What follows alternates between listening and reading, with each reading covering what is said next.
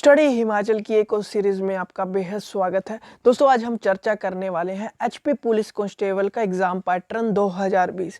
दोस्तों totally latest pattern होगा, किस तरह से आपका एग्ज़ाम आना है उसी पर ही आधारित है। दोस्तों आपको पता होगा हाल ही में सरकार ने मंजूरी दे दी है पुलिस कांस्टेबल की भर्ती करवाने को। आपको पता होगा पिछली बार जो पुलिस कांस्टेबल की भर्ती हुई थी वो पुलिस डिपार्टमेंट ने खुद ही एग्ज़ाम सेट किया था।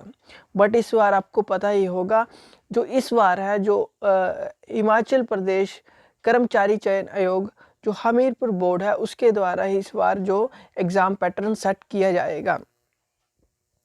तो दोस्तों उसका हम पैटर्न देखेंगे, किस तरह से पैटर्न आएगा। और आपको पता भी लग गया होगा जो पुलिस कांस्टेबल की वैकेंसी 1300 प्लस वैकेंसी जारी होनी है। तो दोस्तों इसका पैटर्न देखते हैं। उससे पहले आप हमें व्हाट्सएप कर सकते हैं, हमारे चैनल को सब्सक्राइब कर सकते हैं और हमारे वेबसाइट पर डेली क्विज़ेस लगा सकते हैं। दोस्तों हमें व्हाट्सएप करके एचपी पुलिस कांस्टेबल के नोट्स प्राप्त कर सकते हैं। हमारे बैचेस स्टार्ट हो चुके हैं, आप हमसे इस नंबर पर हमसे आप कांटेक्ट कर सकते हैं। दोस्तों पहले हमें पता होना चाहिए इस वीडियो में हम आपको क्या क्या बताने वाले हैं। दोस्तों पहला है हर एक चैप्टर पर आप कमांड कैसे बनाएं, पुलिस कांस्टेबल की एज, फिजिकल स्टैंडर्ड कैसे होता है उसके बारे में आज चर्चा करेंगे। हम हर एक सेक्शन का चैप्टर वाइज सिलेबस चेक करेंगे, किस चैप्टर पर आपको ज़्यादा कमांड बनानी चाहिए, किस तरह से आप एचपी पुलिस कांस्टेबल में फुल मार्क्स गेन कर सकते हैं। इसी वीडियो में हम चर्चा करेंगे। एचपी पुलिस कांस्टेबल की सैलरी के बारे में भी चर्चा करेंगे और प्रमोशन किस तरह से एचपी पुलिस कांस्टेबल की होती है ये भी इसी वीडियो में चर्चा करेंगे, क्योंकि ये भी एक बहुत बड़ा स्टूडेंट के डाउट रहते हैं।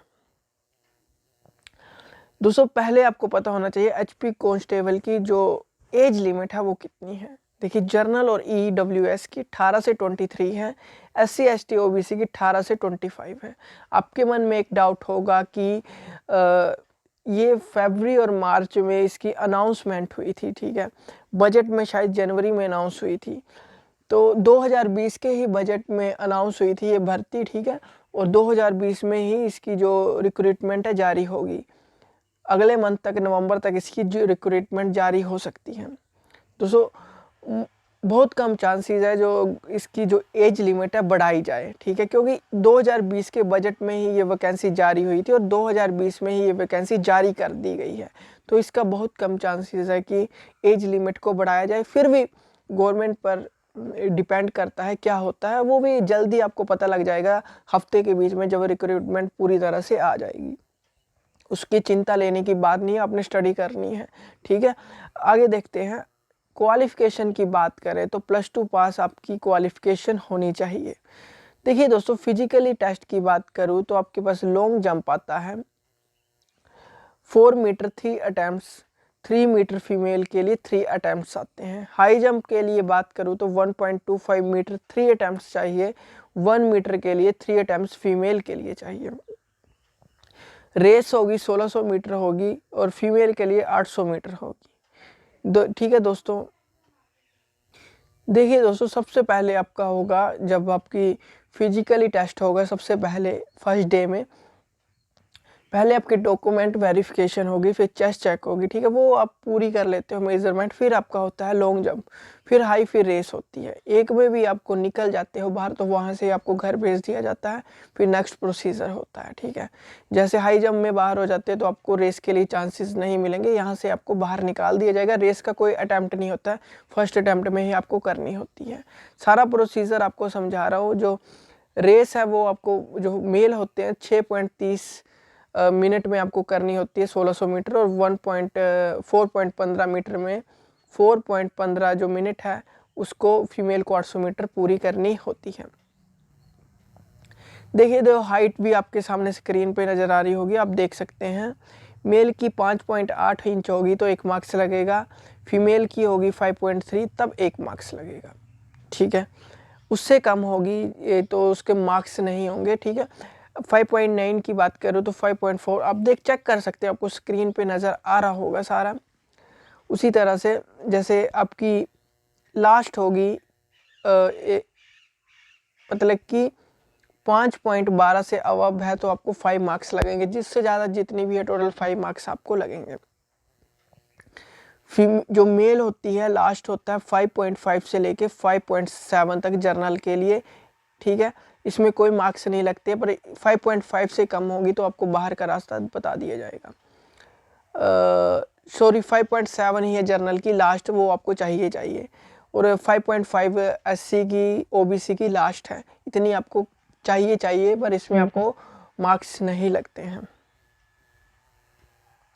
देखिए फिर जो HPSSC हिमाचल प्रदेश कर्मचारी चयन आयोग इस बार जो एग्ज़ाम कंडक्ट करवा रहा है, तो फिजिकल स्टैंडर्ड भी होता है, उसका 5 मार्क्स आपको बता दिया। आपके 1 आते हैं, 2 आते हैं, 3 आते हैं, 4 आते हैं, वो आप पर है।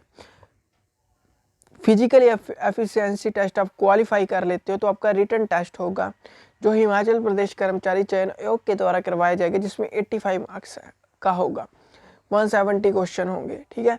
पर्सनैलिटी टेस्ट की बात करूँ तो 15 मार्क्स का होगा, जिसे हम एवोल्यूशन प्रोसेस भी कहते हैं। मेडिकल एग्जामिनेशन होने के बाद आपकी डॉक्यूमेंट वेरिफिकेशन होगी, उसके बाद आपको ट्रेनिंग के लिए ड्रोह डिस्ट्रिक्ट कांगड़ा में भेज दिया जाएगा। देखिए हर चैप्टर किस तरह से आपने कमांड बनानी है उसके बारे में चर्चा करेंगे हम। जो भी रिटन टेस्ट होगा आपके वो होंगे 85 मार्क्स का, 170 क्वेश्चन होंगे, 120 मिनट मिलेंगे। जो HPSSC का प्रोसीजर है उसी पे डिपेंड ये एग्ज़ाम करेगा। देखिए टोटल मार्क्स होंगे 85, 170 question, no negative marking, no negative marking, ये भी याद रखना है। देखिए इंग्लिश से बेसिकली बात करें तो इंग्लिश से 20 से 25 क्वेश्चन आ सकते हैं, जिस तरह का HPSSC का प्रोसीजर है। हिंदी में भी 20 से 25 आ सकते हैं। जनरल अवेयरनेस में जैसे HPGK हो गया, ज्योग्राफी होगी, पॉलिटी होगी, इकोनॉमी हो गई, साइंस के क्वेश्चन हो गए, ठीक है। ज़्यादा जो बनेगा वो HPGK से बनेगा और थोड़े थोड़े बनेंगे सभी से। हिस्ट्री होगी, 75 से 80 क्वेश्चन आ सकते हैं। मैथ एंड साइंस की बात करूँ तो 20 क्वेश्चन, नहीं सॉरी दोस्तों, जो मैथ्स की ही बात करूँ तो 20 क्वेश्चन आपको देखने को मिल सकते हैं। रीजनिंग की बात करूँ तो रीजनिंग से भी आपको 20 क्वेश्चन देखने को मिल सकते हैं। टोटल 85 क्वेश्चन, 85 मार्क्स का 170 क्वेश्चन, हाफ मार्क्स का एक क्वेश्चन देखने को मिलेगा। +2 स्टैंडर्ड आप +2 पास है तो आप इस फॉर्म को फिल कर सकते हैं। देखिए अब बात करेंगे किस तरह से अपने कमांड तैयार करनी है।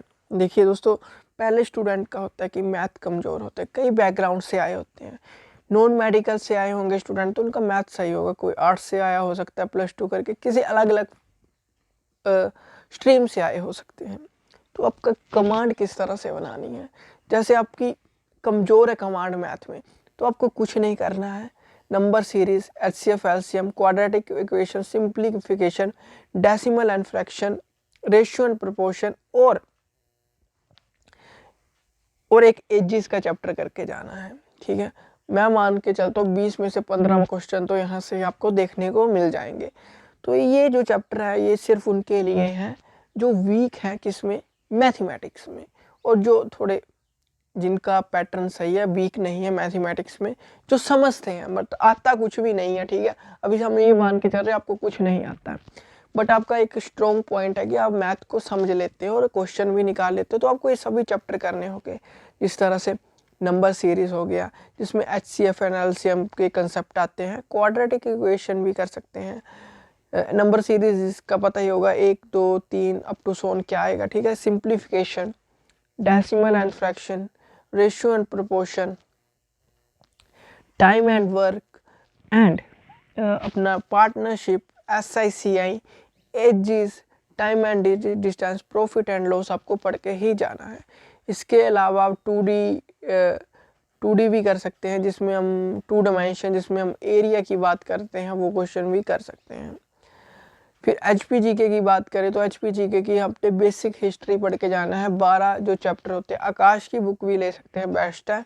इकोनॉमी के लिए HPGK का पढ़ सकते हैं आकाश की बुक से, ठीक है। जियोग्राफी की बात करें तो उसमें भी आपको रिवर पढ़नी है, नेशनल पार्क करके जाने हैं, वैलीज देखी जानी है और फोक डांसेस बहुत महत्वपूर्ण बनते हैं, ये करके जाने हैं। इंडियन पॉलिटी में आपको बेसिक सारा करना है, वो कराया जाएगा। हमारे नोट्स के रिगार्डिंग आप बात कर सकते हैं हमसे, ठीक है। इंडियन इकोनॉमी भी आपको बेसिक क्वेश्चन करने, प्रीवियस ईयर क्वेश्चन पहले आपको देख के भी जाने हैं। इंग्लिश मोस्ट इंपॉर्टेंट टॉपिक की बात करूँ तो बेसिक ग्रामर आपको करना है, जैसे tenses, noun, pronoun, adjective, adverb, preposition, conjunction, idioms and phrases, जो मुहावरे होते हैं उनको भी आपको पढ़ के जाना है। ये बेसिक ग्रामर है जो पढ़ के जाना है। और साथ में एक इंग्लिश न्यूज़पेपर कोई भी हो, द हिंदू हो, द ट्रिब्यून हो या फिर इंडियन एक्सप्रेस हो, कोई भी आपको एक न्यूज़पेपर पढ़ना है, जिससे आपकी डेली वोकैबुलरी फास्ट हो और आप किसी भी चीज़ को समझने में ईजी वे हो। फिर उसके बाद हिंदी व्याकरण भी आता है, जिसमें आपको डेली क्विज़ लगानी है। उसका लिंक आपको डिस्क्रिप्शन में मिलेगा। व्हाट्सएप ग्रुप भी आपको डिस्क्रिप्शन में मिल जाएगा, जिसमें आप वर्णमाला, संज्ञा, सर्वनाम, विशेषण, कारक, संधि, समास, मुहावरे, लकोक्तियाँ, अलंकार, पर्यायवाची, ये सभी पढ़ के जाने हैं। बेसिक तो पढ़ के ही जाना है, कारक वगैरह सब कुछ पढ़ के जाने, संधि, ये तो बेसिक है, ये सारा पढ़ के ही जाना है। और ये टिप्स पे आपका होना भी चाहिए, मैं ऐसी आशा भी करता हूँ। रीजनिंग में आपको देखना है किस तरह की आपकी कमांड है, पहले वो पढ़ना है। पजल देख के जानी, पजल क्वेश्चन बनता है, इस बार भी बना था, पिछली बार 2019 में। कैलेंडर, क्लॉक, मिरर के क्वेश्चन देख के जाने हैं। जनरेशन क्वेश्चन देख के जाने, जो जनरेशन गैप्स होते हैं फादर मदर सन का, ठीक है। डायरेक्शन क्वेश्चन देख के जाने हैं, जो ईस्ट वेस्ट नॉर्थ साउथ में किस तरह से बैठे होते हैं वो देख के जाने। सीरीज बेस्ड क्वेश्चन देख के जाने हैं। उसके बाद बात करूँ वर्बल और नॉन वर्बल जितने भी रीजनिंग के क्वेश्चन होते हैं वो आपको पढ़ के जाने हैं, महत्वपूर्ण क्वेश्चन होते हैं, ठीक है। आपको बेसिक से करना है हर चीज़ और आपको एक एडवांस लेवल पे जाना है। ब्लड रिलेशन वगैरह सब कुछ करके ही जाना है। नहीं तो आप हमें व्हाट्सएप भी कर सकते हैं, नोट्स ज्वाइन कर सकते हैं, हमारे ग्रुप पेड बने हुए हैं, वो व्हाट्सएप ग्रुप आप ज्वाइन कर सकते हैं। सैलरी की बात करें तो लगभग जो सैलरी होती है आप देख सकते हैं, आपके सामने ग्रेड पे भी नज़र आ रही है। ये चेंज हो जाएगा ग्रेड पे, क्योंकि हिमाचल में भी अब सेंट्रल गवर्नमेंट का ग्रेड पे जल्द लगने वाला है, क्योंकि पंजाब ने कर दिया है तो हिमाचल में भी लग जाएगा। ये चेंज हो सकता है। तो लगभग पहले 3 साल आपको 18,000 लगभग मिलेगी, उसके बाद आपकी 25 से 28,000 आपको मिलनी शुरू हो जाएगी, ठीक है। ये भी याद रखना। अब प्रमोशन की बात करें दोस्तों, इसमें एक B1 टेस्ट होता है जो 2012 में ऑनलाइन टेस्ट स्टार्ट किया गया था। B1 टेस्ट इसको बोलते हैं। आप कांस्टेबल की 5 साल की अपनी जॉब पूरी करते हो, अपनी सर्विस पूरी करते हो 5 साल की, तो एक B1 टेस्ट होता है।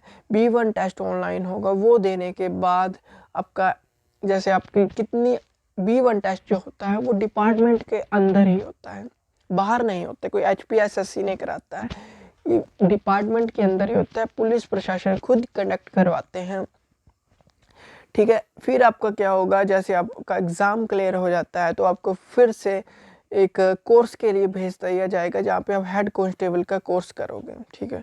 20-25 1 मंथ का कोर्स होगा, वहाँ पे आप हेड कांस्टेबल बन जाओगे और आप क्या कांस्टेबल से हेड पर ये आपकी जो कांस्टेबल में है 5 साल की पूरी क्या होनी चाहिए, 5 साल की क्या होनी चाहिए, कांस्टेबल में सर्विस पूरी होनी चाहिए, तभी ये B1 टेस्ट आप दे पाओगे। उसके बाद हेड कांस्टेबल बन गए तो क्या होता है, हेड कांस्टेबल से ASI बनने में क्या होता है, इसमें आपको प्रोविजन पीरियड होता है हेड कांस्टेबल का 5 ईयर का, ठीक है। जैसे आपने हेड कांस्टेबल का अंदर एग्ज़ाम कर लिया तो 5 साल के बाद ऑफिशियली आपको SI के लिए प्रमोट कर दिया जाता है, ASI के लिए, ठीक है।